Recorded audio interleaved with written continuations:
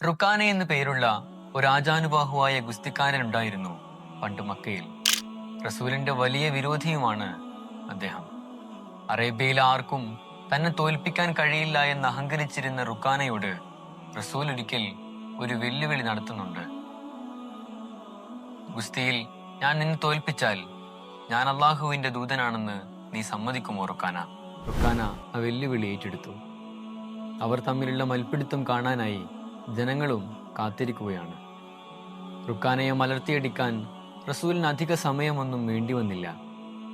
നിലത്തു വീണുകിടന്ന റുക്കാന ഒരാവർത്തി കൂടി നമുക്ക് മത്സരിക്കാമെന്ന് റസൂലിനോട് ആവശ്യപ്പെട്ടു.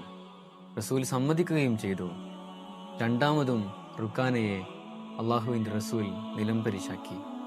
ഇപ്രാവശ്യം റുക്കാനയ്ക്ക് ബോധ്യപ്പെട്ടു, ശരീരബലം മാത്രമല്ല മറ്റെന്തൊക്കെയോ ചില സഹായങ്ങൾ മുഹമ്മദിന് ലഭിക്കുന്നുണ്ട്. മുഹമ്മദ് ഒരു പ്രത്യേക മനുഷ്യൻ തന്നെയാണ്. ഒട്ടും വൈകാതെ റുക്കാന ഇസ്ലാമിലേക്ക് കടന്നു വന്നു.